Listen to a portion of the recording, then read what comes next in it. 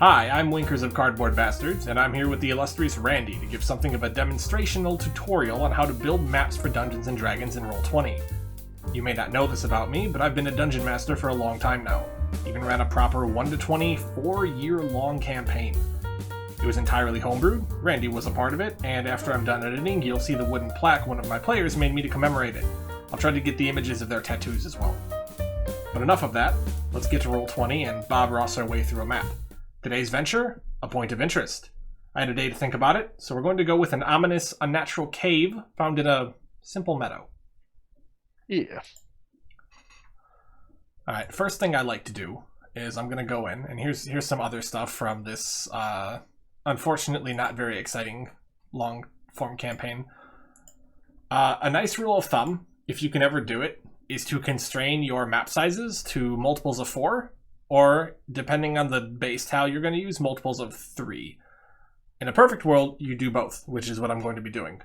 24 height, 36 width. Now we have this nice big base map to work with. First thing you're going to want to do is make sure you're on maps and background. Objects and tokens are going to be your interactable bits. If you make stuff on maps and backgrounds that you need to be objects and tokens, you can move them back and forth, but generally you want to keep your maps and background stuff, just stuff for visuals, here. It will make your life a lot easier. We'll go over what the other things do just as a quick, whatever, but for now we're going to start with this. We go over here to the Assets tab, I guess. I have very few premium assets. I might use a few of them, but more or less I'll try to stay away from them just for the sake of, showing things, because Roll20 gives you a lot, like grass. You unlock this little thing here that says from the web, and you get many things from various open source websites. Dungini being a fantastic one. We're going to start with grass, obviously. And you'll see this is 3x3, the base blocks are, which is why you want a multiple of 3 if you're doing something with this. Of course, ours is both. And when you're lucky and you have an option that has multiples like this, try to mix and match them so that you have more diversity in what's going on with your ground tiles. You can take one and spin it, basically, to kind of create an additional one that's a little bit different. And then you can take them all, Control-C, Control-V, and get the whole block. And you want to give yourself white space during this stage because it just speeds things up. If you're mathematically gifted, you can figure out what the optimal arrangement is for this. It's probably actually another whole factor out from what I'm doing, which we'll do just to be real fast. And we want to cover the whole grid. It doesn't mean that everything's going to end up that way, but for now, that's where we want to be.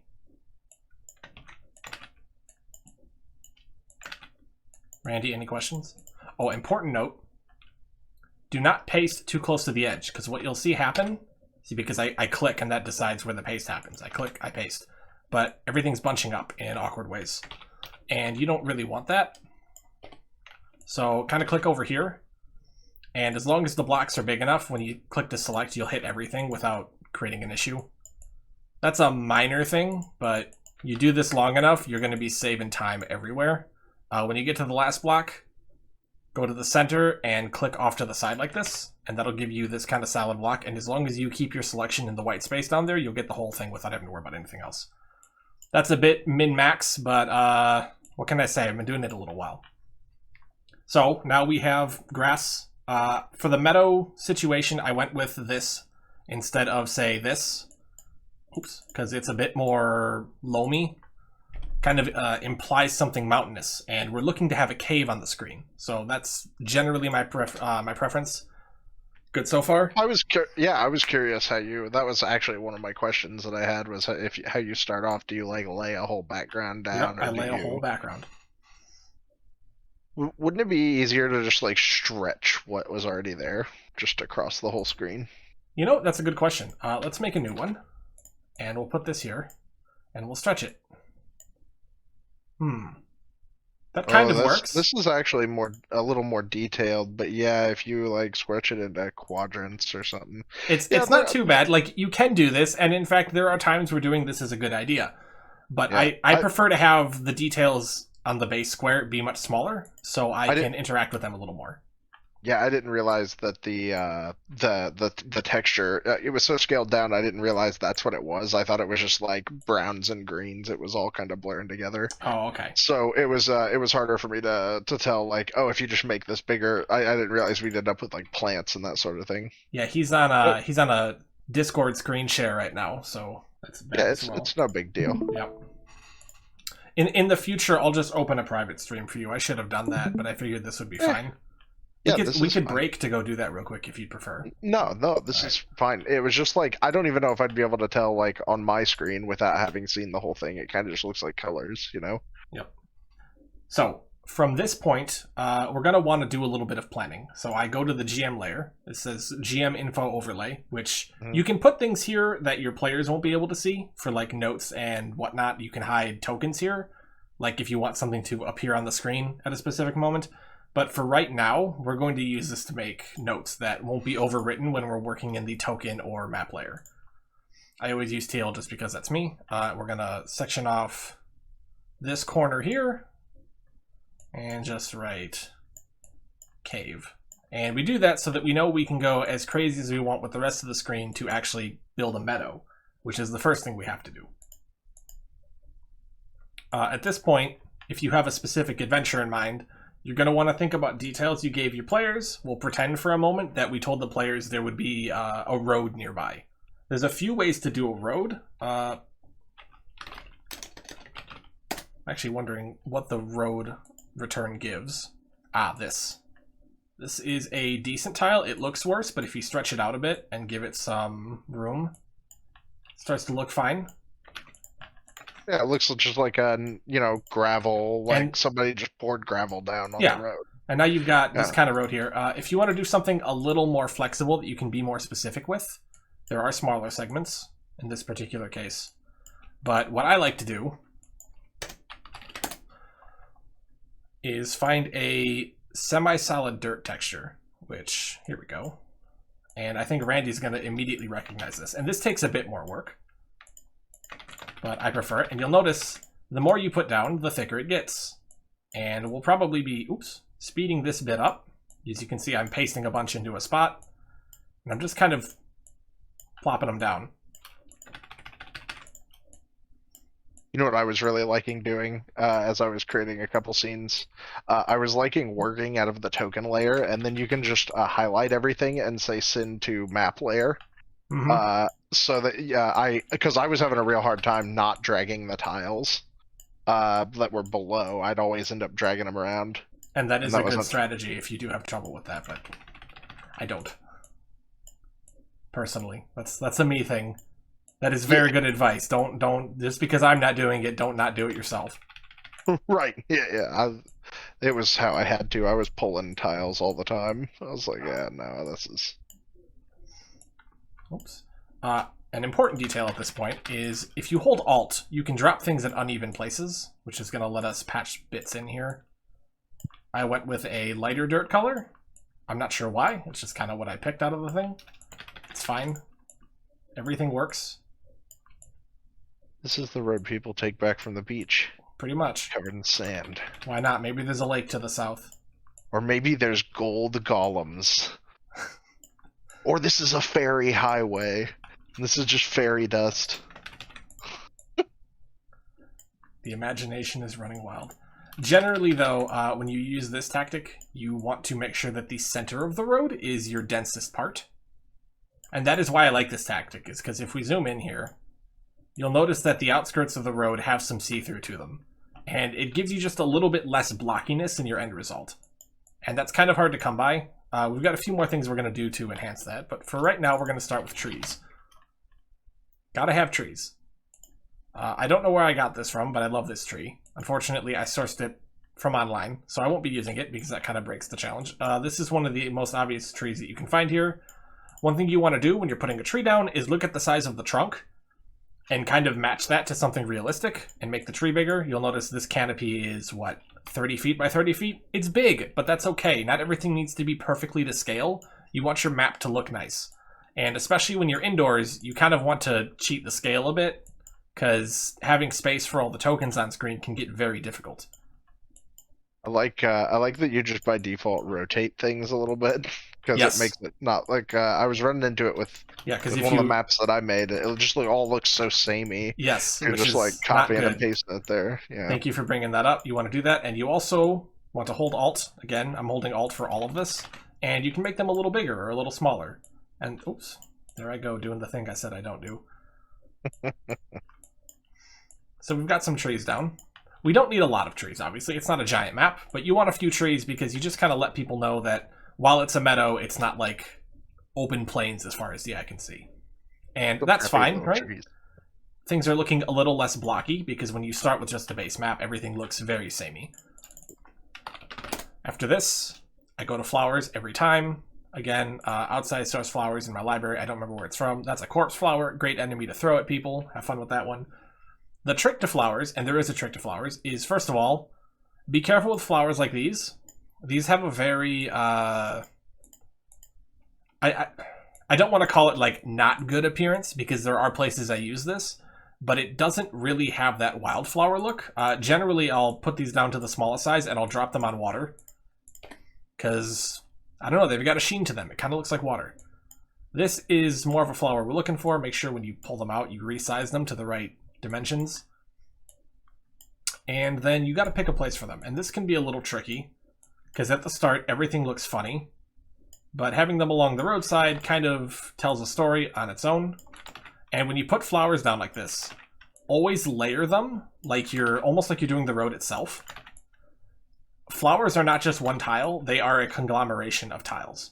And this creates more of a field look to it. Now, it's kind of tough with these because they're solid, but that just makes them a good candidate for mixing in another flower nearby. That's a little big. That's probably fine, though.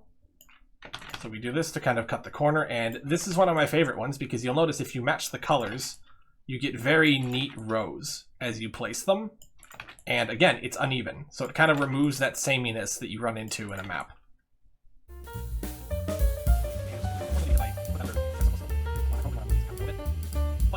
Due to the nature of the cave I have planned, I am going to be kind of deliberate in avoiding...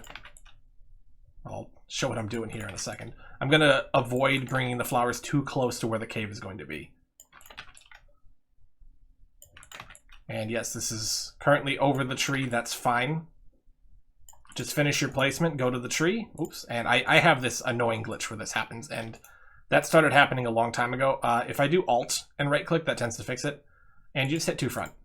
And now it's underneath, and if you actually zoom in very closely, you can still kind of see the flowers underneath, which is great. That's why you look for really well done textures like this that lets you see beneath them. You can do that with these as well, which we're going to put some more flowers down, because who doesn't love flowers? These are sunflowers. I like these ones a lot. Although this is not my favorite version of the sunflowers. This is. This one is great for that kind of layering technique. That's probably even too big. Yeah, it's going to have to be a lot. So we paste a whole bunch into the same spot and just kind of pull from it. And you paint. You paint with the flowers. Yep. That's why you can do that spell. Over here.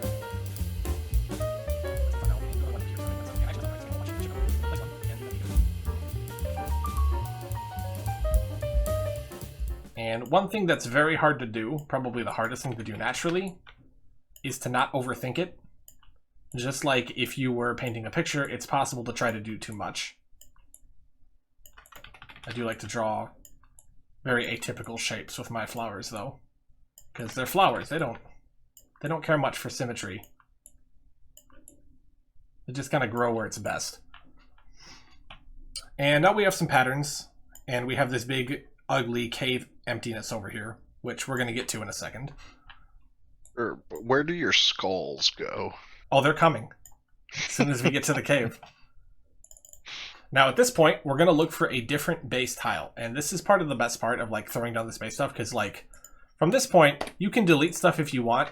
You can also just put it over it. There's nothing wrong with that. I do actually like, I really like putting it over it. Because like you pointed out with the trees earlier, where you can kind of see things through, a lot of the assets you're going to use to build things that I've seen do have that transparent background to them. Yes. So having the other texture under it, as long as you're not like trying to create the perception of like a hole or something, which obviously you will with the cave, But I like having the other tiles under it just in case a little bit shows through. It looks just a little bit more natural. So we're going to start with this. This is going to be the base for our cave location. We're actually going to cut this out, and I think we're going to do more of a triangle pattern. This is where our cave is actually going to go. We kind of want it to be encroaching, and we can even make it a bit more natural by layering on a few more. Have more of a... Well, it's not just expectant, but when you do this, you actually create breaks in the textures that kind of make the back look a little different from the front. You don't notice it, but your brain does, I swear. And then we're going to go look for a grass texture again, actually. And this is something you're going to learn to do over time, but there's a lot of goodness to go after. Oops. And at this point, we are actually going to delete. And we're going to do it unevenly, and we're going to replace 1 to 1. And that's both kind of a time-saving technique, but also just a good way to make this all work out in an easy flow. Because now we can just place these over and then send them to the back. And I'm using Control and holding to click to highlight all of them. We go to back. Did that not? Don't hold Control. Use Shift. Control is the wrong one. Wait, Shift is selecting the brown ones too. No, it's not. Right? Oh, okay. The highlighted area was, Yep, sorry. Yep, sorry about that. And then we actually continue, and we do even a little bit more. Sometimes you can shrink a tile, and this also creates unevenness in a way that's nice. And I probably should have saved the grass tiles I was working with. Is that going to look fine? Yes, it is. It's not noticeable. Wonderful. But as long as you understand the way you put the tiles down originally, it's actually very easy to fix them. And now we've got 3 layers of tiles that kind of tell a story of this cave area, and the grass is dying around it. And maybe that's natural, but also maybe it's not. That's up for you to decide. You're the DM, you made your adventure, etc. But as you can see, this is pretty quick, pretty easy. And now we have a base to work with. But we need a cave entrance. If you just search cave, you're going to see a bunch of stuff that I have, which if I ever do a video on caves, I'm going to explain what these are and probably put a link to them, because they're fantastic, and I recommend everyone uses them. This is the simplest cave. It's a hole in the ground. Believe it or not, you can make something pretty great out of that, although you're going to want a slightly better looking hole, and we're actually going to start with that. That is the start of our cave. It does not look good, does it? That's okay, though. We're going to make it look good. As soon as I look through the rest of the stuff real quick, make sure I'm not missing anything worthwhile. All right. Yo, dog, this is exhibit. This is my favorite cave entrance, which, again, outsourced, but we're going to do it all with stuff here. Now, at this point, you're going to learn to go looking for different things that aren't necessarily the most obvious. I like to use the mind search and come down here, and I pull this out.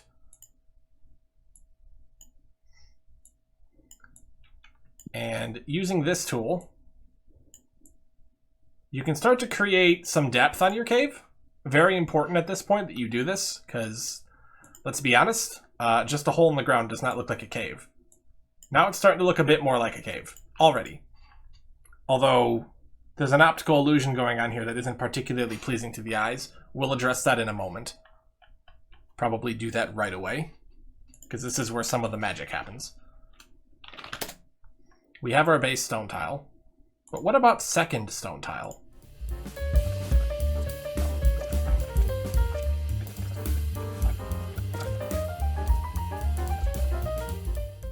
Aha, that might do.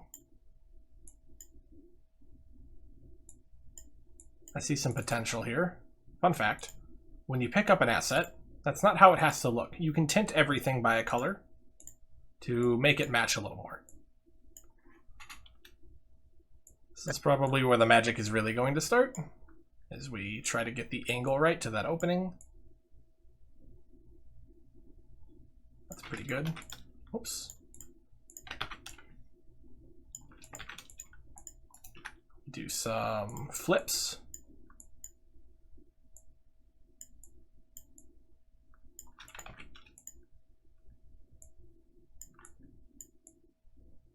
always try to give it like a peak in this way, because that does create the illusion of depth.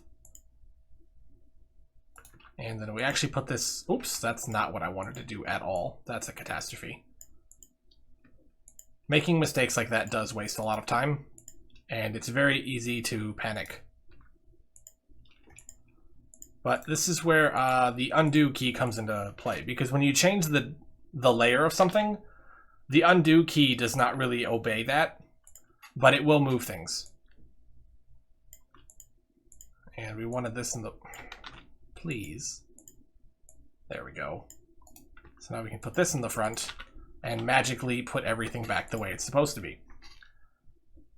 That trick takes a little bit of getting used to, I'm not gonna lie. Oops. Okay, well, I went too far. So we grab this out from the bottom, back it up a little bit. And actually, now that I think about it, we can change the color on this as well, which helps a bit. Yeah, it's not too bad. And this is going to sound counterintuitive, but we're actually going to put more of this over the top of this to kind of mask it. Probably after changing the color on this as well. I always do it in layers. Yeah, there we go. You want everything to kind of blend together at this point. In fact, yep. People like outlines. They want to be able to see the change, the contrast, so that they know what's going on. It's a bit uneven,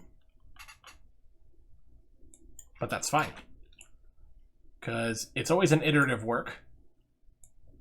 You're not sure what you're going to do when you start out, and you want to explore. And at this point, I'm realizing this ground texture, this stone ground texture, is actually worthless to us, so we're not going to use it. I mean, we'll leave what's there, but for the most part, we're actually going to cover it up with this. It is now just a marker for how we're kind of creating this greater entrance.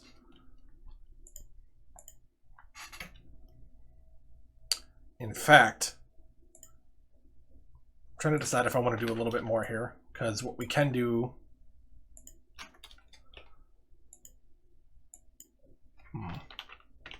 That'd be a lot to do. I could do a rebuild on this, which I need to fix that. That was too much. I could do a rebuild on this, where I kind of take this out and I put this down at the bottom. That would be a lot for the video, though, so we're going to hold off on that. Right? No, I can do this, actually. As long as I can pull these out, which I can just barely.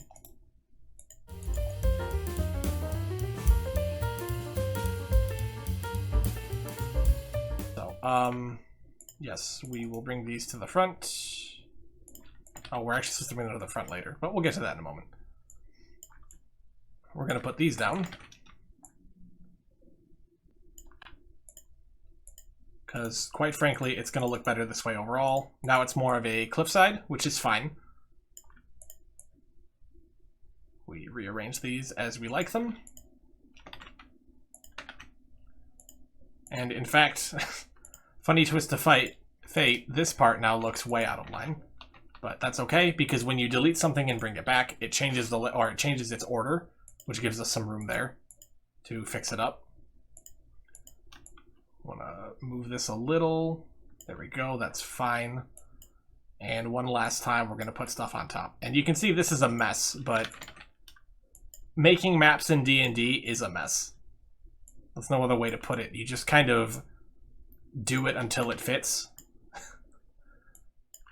Please don't, Randy. Just leave it. I know what I said. But now we have a much better cave entrance. The only issue is it's a little elevated, but that's okay, because there are such things as stairs. And this is far from finished, believe it or not. Probably don't want marble stairs. Wooden stairs look nice if you can get them rickety, but that can be hard to fix, especially considering stairs are not the best. You don't have the best selection of stairs. This might work, though.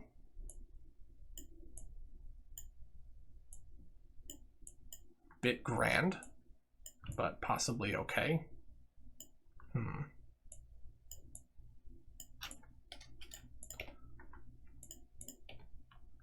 put a pin in that. You haven't said anything for a while, Randy. Hmm? I said you haven't said anything for a while. I'm just watching. I'm enjoying the layering. These stairs are awful, but they can be good with a little bit of cleanup, which is probably what I will do. Is that going to be fine? Likely, yes. So, first thing we need to do now is give ourselves some more mottled grass room here. Be careful not to clip over any stone bits, because it'll just kind of, see, you can see it abruptly cuts it off there instead of it being contiguous. And that creates a bit of a situation where you kind of do this weird scatter plan, but that it's not the worst thing. It does look pretty uneven though. So we probably need to get a little more elaborate here for this part. And the best way to do that is to just chop and replace. But that's fine. This is why I gave us so much room for the cave, because quite frankly, things always end up being bigger than you plan. Giggity. Oops, forgot to recopy. Can make that bigger again. Can make this bigger again.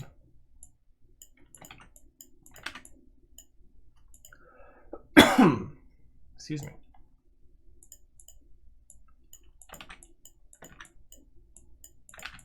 And always remember to look at stuff that you're covering up, because that little bit not being where it's supposed to be would have been jarring to find in the middle of your game. I'm trying to set exactly how I want. I don't think I want to go completely into the darkness. I guess I want a little bit of fusion. Can we give this a very light tinting?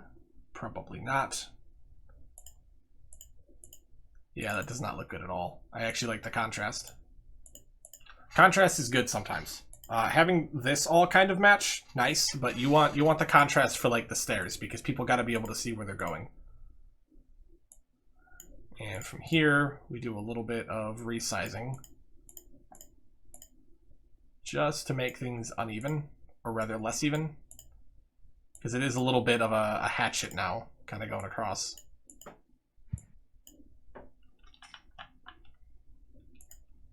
This is all basic parts of the creative process.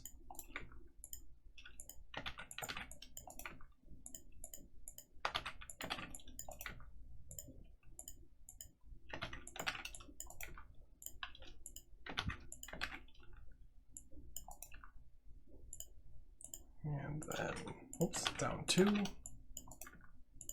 Okay. It's a long way to this space, but at this point, I think we can confidently say that we do not need a giant wall of text saying cave. That E did not want to go. So we'll come back to this. And now we have to clean up the stairs a bit. This is something you have to do a lot, because again, getting good looking stairs to work in this is just a task in and of itself. Luckily, layering things on top of each other to mask them is 90% of making a map look good.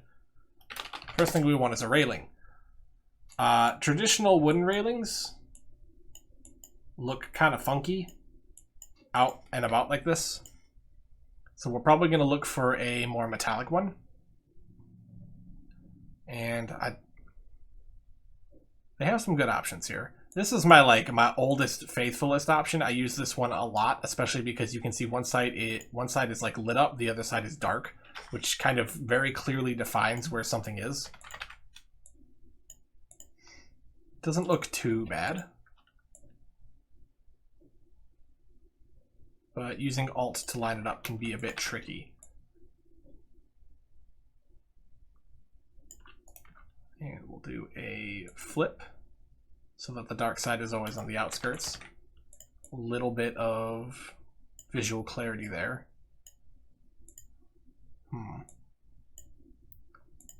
This is one of those situations where you realize that it's jarring to change the size on something, so you have to kind of rearrange it to fit. And this is where precision comes in. You can't really cheat this, but what you can do is you can get it close, and then holding Alt, use the arrow keys on your keyboard to readjust. And that will let you get things borderline perfect.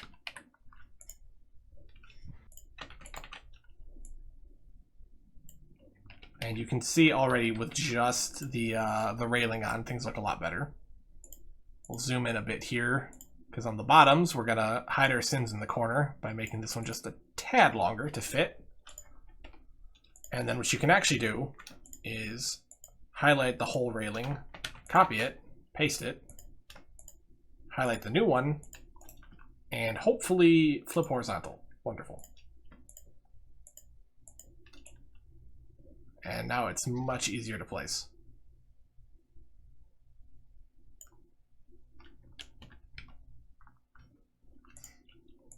Okay, so slightly better stairs situation, but still a lot to do. We're actually going to put a pin in this. You don't really know what you have to do, especially until you've invested in some other scenery. And we want a very ominous, dramatic cave. So I'm going to go looking for an asset that I generally have a hard time finding. Look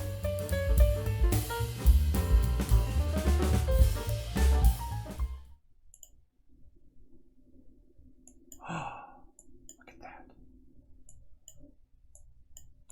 It's beautiful. There it is. We found it. One of my favorite assets ever. This took a long time to find. This asset is wonderful. It does not look like much. But if there's one thing I want you to learn, it is how important layering is. And what layering does for spiky bits like this, oh, all sorts of things jumping around as I do this, is it creates really cool looking rock outcroppings, which is what we want. We're going to instill a sense of unnaturalness in the formations and inhospitability. That's a hard word. Say that 5 times fast.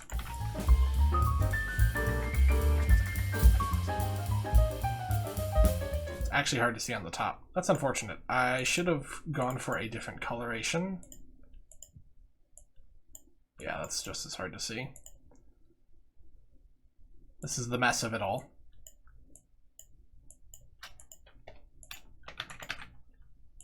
That's not terrible, though. One thing we can also do as like an extra detail.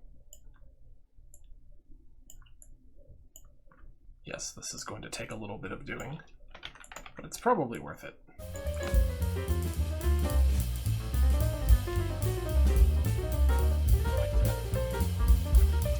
All right. We're going to take the hat right off of our mountain. This piece as well. Going to, oh, that would be the wrong order. Let's take this off. I'm going to move this to the front and this to the front. I'm going to put that back. And oh, I should have made white space for myself here. I made things hard for myself. You should make white space in these situations. Now I have to do this one by one. So to front. And at this point, you're almost putting teeth on your mountain. Or at least your cave entrance. And you want to layer them over it like this.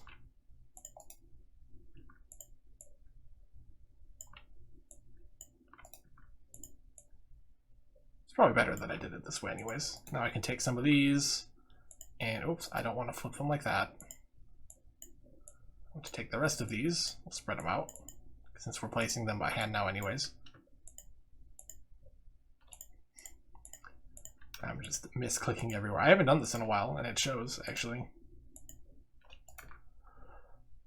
And we will unflip them horizontally. We'll go back up here and move these around a little bit more since we're going to now vary them. We will also move them to the front because I am forgetting to do everything. No big deal.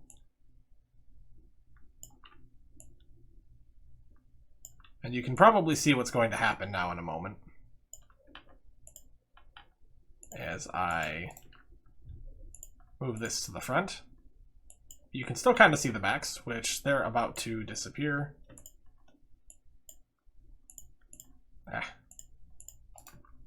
I've made life hard for myself. which means I probably made life hard for you if you're building along. And I apologize for that. But it's starting to look kind of cool. You've got the little details now to hang on to. Did this in the wrong order. See if it looks fine. It does look fine, actually. In fact, it's probably slightly better because the lighter part of the textures are on the cave entrance. Makes it a little bit more defined. So at this point, we have unnatural spikes and all this goodness, and that's fine. Oops. Although, actually, just doing that by accident, maybe we want this to be forward a little? This is one of the other benefits. The cave mouth itself is now over the stairs, and I'm immediately seeing that's an improvement. Should have done that from the start. So now it kind of merges up to the cave entrance. And then the cave takes over, which is just nice. And we'll do some of these over here, a little closer.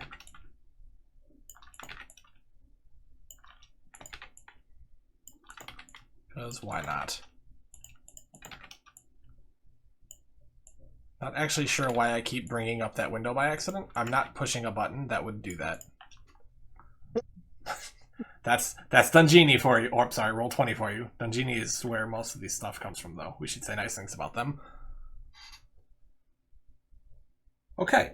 At this point, we do have a cave entrance. It's kind of got teeth, which is nice, because I plan to put demons in it, and you want to have a spooky-looking cave entrance. But we need a little bit more definition on the mountain at this point.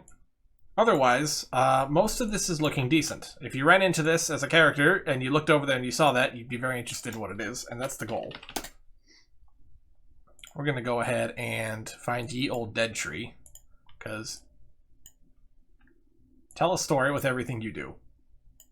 And the grass is dead over here for a reason, and let's really sell that with the dead tree. In fact, I believe we can find a kind of briar patch here, which just looks nice if you kind of have that leaking into it.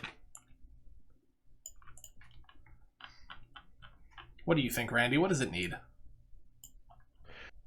I need to see it from a little bit further out. Yeah. Let's zoom way out. I mean, I think it could maybe use a little more detail up there to the, like, near the entrance. I think the entrance looks really good, but, like, the bottom of the stairs, but that's kind of the point, right? If there's enough construction that there's stairs there, then they would kind of be, like, unobstructed, right? So, but I do like that it leaves it open where you could put enemies there and set it up where, like, there's an encounter to get in. You could, like, set up a trap or... Okay, detail. Well, yeah, maybe you're continue adding stuff. Maybe you're about to address the only, and it wasn't even necessarily a problem. It was kind of just a the extra shrink. Well, it's nice to put ends on your stairs as well, or your stair railings rather. So we'll do that. That looks funky at the top. In fact, sometimes I like to do the smooth spheres at the bottom, but that doesn't seem to work here. It does not fit the mood at all. We need to get fancy. So we're just going to go looking for straight fire.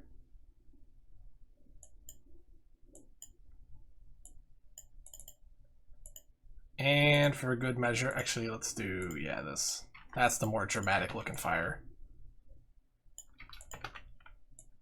Man, I'm going to have to remember this when I do the Lorax campaign, because that looks exactly like the trees. Oh god. Okay, well, yeah, that's what I needed the tutorial for, is making maps for the Lorax. This is fine. But honestly, I kind of liked the naked look of the stairs before, because they were kind of crude. So instead, we will find some braziers to put these fires in, because again, they do sell the right idea that we're looking for. So, lots of options in this one. Choose what you like. I like this one. It's very textured. Looks like, okay, so it's going to be a 2x2 to match. These down. Move these out of the way. There's a lot to do here when you do this stuff. Kind of just have these down in front. You want relative symmetry, so like the right spacing from either side, but not too much. It's very easy to get bogged down in that. And we're going to do some tricks with lighting, because I think having players approach this location at night now is probably going to be the most striking. And we'll show that as well. From this point, though, I still feel like it needs a little bit more. And one thing that we actually haven't done, even for the greater meadow, is put rocks down. And rocks can be very important because stone does a lot of things, not just for making it look nice, but for creating locations for cover. So one thing to do in this situation is to take a stone and put it right here. And this stone is important because when your players approach, maybe they can sneak up to it. And that's always nice. Players like to have a location to sneak up to. That do we another do. one over here to create that whole situation. That's not to say that they will. They would have to be clever about it. Especially considering... Well, actually, in the dead of night, this is what... It's Q, not the key. Oh, do I need to be on the token layer? Probably. Here. This is now the player rock. Yes. The dark vision of even most foul creatures wouldn't reach the road. But, because they were idiots and left lights out front, the players will be able to see them as they enter from the bottom of the screen. Those are things you do want to keep in mind, depending on your intentions with how something is supposed to be approached. And we'll put another rock down over here, because why not? Just looks nice. People like rocks. People like boulders. Be like Donkey. That's a nice boulder. I'm a bit of a perfectionist, though. I like a lot of it. There's a few things I wish I could change, though. Just to add a bit more. At this point, we're going to switch things to the objects and token layer, and we're going to start putting some enemies in. I personally use a website called Token Stamp to make my tokens. Just going to pull it up real... I said real fast, or I was going to say real fast, but no. It's being buggy. Probably because I'm screen sharing, recording, and doing a million other things. This is the program. It's very simple. You drag your image in, snap it. They come out looking like this guy here. And this character is actually going to be very important. We're going to go ahead and give the DM control of that for the future. As we do a quick test, we need devils, which I have quite the library of this. I generally try to use the official artwork for the stamps, because why not? Barbed devils are wonderful, especially if you have a barbed cave entrance to deal with. Put as many as you like out front. And consider locations where they might hide. In this case, we don't have a ton of options. You could put one in the briars here. You could put one up in the trees. You could do a lot with it. But before we do anything with that... I'd put them in the flowers. Before we do anything with that, we're going to access... Sorry, go. What do you want, Randy? No, nothing. Before we do anything with that, though, we're going to go back to the map layer. And we're going to open up this. And we're going to access dynamic lighting. You do need to have a subscription to Roll20 to make use of this feature. It's very much so worth it, though. We're going to set 2020 light illumination for both of them. The first 20 feet is bright light. The second 20 feet is dim light. It will be a total of 40 feet. And this is where the magic happens, assuming you've done everything correctly with the lighting setup just now. You enable it. We'll turn Explorer mode on, because that's always a good time. Update when token drop is recommended. Daylight mode is off. This would basically create illumination everywhere, which sometimes you want that, sometimes you don't. You can actually use that to hide stuff during the day in a really sneaky way. I might talk about that later. Advanced and legacy settings. Yeah, we don't need legacy lighting. And now some things have changed. You're going to notice nothing is actually displaying light, and that's because we don't have a token that can see yet, but now we do. And now we have light being displayed. This is important again, because your characters, when they approach on the screen, will now see this before it sees them. And that's not tactically sound of the devils, but that's okay, because the characters are the main characters. You know, it is what it is. We'll go ahead and give this guy some level of night vision. Probably, what is it, 30 feet typically, I believe?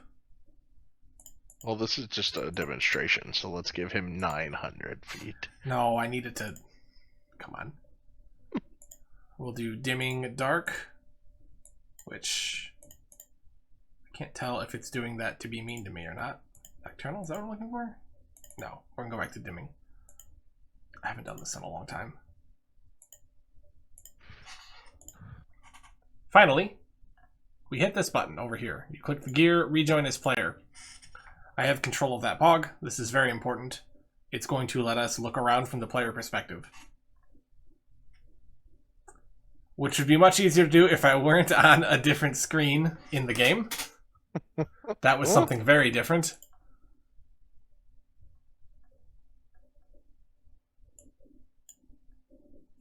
There. Now it will work. Mess everything up along the way. Let them see all the mistakes.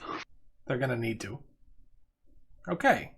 So now we can see over here, and this ominous looking entrance, which actually is helped along quite a bit by the lighting selection there. And then we have this, and this is wonderful. This is what I wanted to see. You have very dim vision, but you can see what happens as you move forward. I have it update on drop. I believe as we move forward, it'll remain revealed because it's the setting that I have it set to. If you don't like that setting, go ahead and remove it. I kind of like it when it's available. It wasn't really available back when we played back in the day. And you can see what it looks like when they move around. It's very nice that this rock is kind of barely visible from the outskirts. This one they'll stumble upon as they get close, and maybe we'll roll for perception on the bearded devils barbed devils to identify them. Bearded devils or something else. But yeah, basic setup. Of course, everything is adaptable to night and day. A little bit of friction is good in your game, where depending on your player's choices, sometimes things just work out a certain way. So if they approach in daylight mode, maybe they're spotted instantly as they come up the road, and a fight just immediately breaks out. It is what it is, as they say. Any questions, Randy? So I turn this to daylight mode to get rid of some of that fog of war nastiness. Are bearded devils just dwarves? Let's check. Looks like a dwarf to me. Next question. No, I think I'm good. This was informational. I like the layering techniques. Layering is important. And how it all comes together to look like it is different textures, right? Because that was one of the hardest things I was struggling with, is just you're on this 2D plane and there's not much to give you a lot of depth, right? So you kind of have to just create that, and yes. It's hard. And it's important to remember when you're building a map like this, you are building a map like this. There's only so much you can do without breaking out a tablet and drawing art assets yourself. That's just the way it is. But you can get pretty far. I think anyone who's played tabletop would, if they saw this stuff in 3D on a table, they'd be very happy with it, generally speaking. Because, I mean, let's be honest, stuff is expensive. It's probably why a lot of people play Roll20.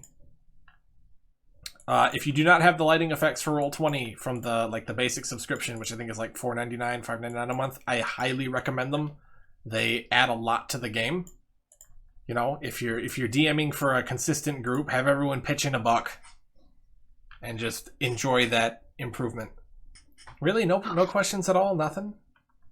You covered all the stuff that I wanted. I wanted to know how you started these off with which was kind of laying down all the tiles at the beginning, and then I kind of wanted to know how to I mean, like you'd already just went over as kind of part of the process, is just creating this the dynamic nature of it, right? How you go about yeah. I mean, yeah, you have a layout, right? You just kind of your steps. You lay out how you want the scene to go. You lay out how you want it to look. Is it, meadowy? Is it somewhere else? Are we going to have any, I mean, like you put in this point of interest, right? And then just kind of setting everything up into that. And I mean, it was cool to see that process unfold, just how we can create verticality, and like I was a little skeptical about this mine at the begin or cave at the beginning, right? Because it didn't look very like, well, it looks like it's kind of still just a 2D thing trying to be 3D, right? But the more Yeah. you layer on top of it, and the little archway gives you just that little bit of like mental, oh, it goes up and over, right? In fact, I'm realizing at this moment I missed a step. This is the bonus DLC content for anyone who stayed to the end. We're going to pull the top off again. And we're going to leave this where it is. And we're actually going to go look for Shadow.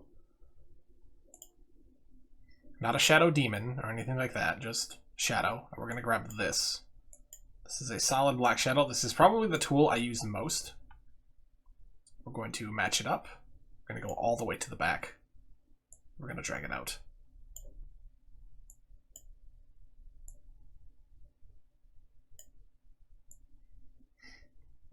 And this is actually tough. But I think this will look right when I get to it. Just need to make sure that it's at the right distance. And then the magic happens when you put this to the front. And it's very subtle. Whoops. But it can also be edited. You can bring it forward or back and kind of create that extra bit of depth. Ooh, yeah, I like that. Oh, and we have to put these back on the front again. This time I'll do it in the right order. And now they're all like the... Oops. I did it in the wrong order again. There we go. Now there's even a bit more depth, and the spikes in the mouth of the cave are actually quite difficult to see, which personally I prefer.